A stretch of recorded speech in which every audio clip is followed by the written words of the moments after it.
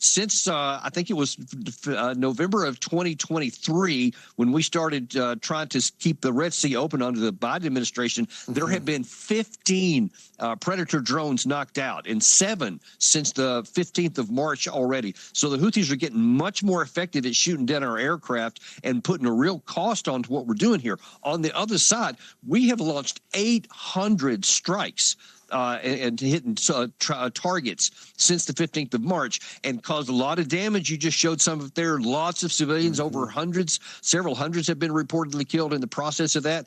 But the thing is that the Houthis had almost a full decade of time to understand how to survive these kinds of strikes when the Saudis were trying to destroy them. And most of their stuff is buried deep inside of mountains. And you can blow stuff up on the surface, but it doesn't show any sign that it's going to bring the Houthis to their heels. So we have to really calculate, is this in American interest to continue on? And I argue it's not. Looking at the Houthi rebels in Yemen, they've, of course, claimed responsibility for this attack. What does it show us about American efforts to weaken the group? Well, historically speaking, such groups are very resilient, and it would seem that they don't have capabilities of a regular armed forces, but they have the will.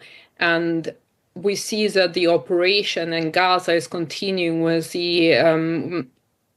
with Israel calling up reservists to continue the military operation in Gaza, meaning that the Houthis are not going to back down, and conducting an air raid on the Houthis is not going to eradicate the group, especially given the fact that there are other players involved upon whom you need to exert pressure to cut off external support. So there are many variables here at play in order to be able to control for the Houthi issue. And this is something that the United States cannot do at this stage with all the other problems that it's facing both internally and externally.